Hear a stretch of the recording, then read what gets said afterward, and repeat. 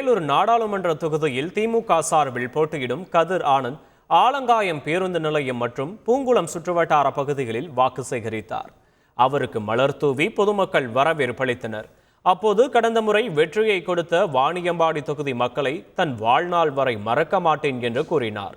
திமுகவுக்கு வாக்களித்தார். கல்வி கடன், விவசாய கடன், மகளிர் சுய உதவி குழுக்கள் பெற்றுள்ள கடன்களையும் ரத்து செய்கிறோம், கல்வி கடனை ரத்து செய்வோம் என கதிர் ஆனந்த் பேசினார்.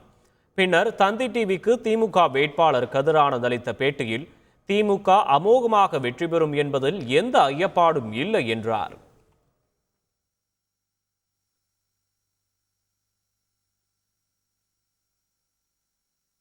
வாணியம்பாடி தொகுதி அந்த வெற்றியை எனக்கு பறித்து கொடுத்தார்கள்.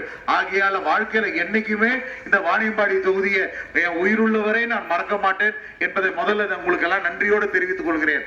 நீங்க உதயசூரனுக்கு வாக்களித்து வெற்றி பெற செய்தால் 1200 ரூபாய் இருக்கக்கூடிய கேஸ் சிலிண்டரை நாங்கள் 500 ரூபாய்க்கு வழங்குவோம் சொல்றோம். இது முதல் தேர்தல் அறிக்கை. இரண்டாவது, மாணவர்கள் யார் யாரோட கல்வி கடன் இது வரைக்கும் வாங்கியிருக்கீங்களோ அத்தனை கல்வி கடனையும் நாங்க ரத்து பண்ணுவோம் சொல்றோம். மூணாவது, யார் யாரெல்லாம் விவசாய கடன் வாங்கியிருக்கீங்களோ அந்த விவசாய கடனையும் ரத்து பண்றேன்னு சொல்லியிருக்கோம். சுய உதவி குழுக்கள் வாங்கியிருக்கக்கூடிய கடன்களையும் ரத்து பண்றேன்னு சொல்லியிருக்கோம். செய்திகளை உடனுக்குடன் தெரிந்து கொள்ள உடனே சப்ஸ்கிரைப் பண்ணுங்க.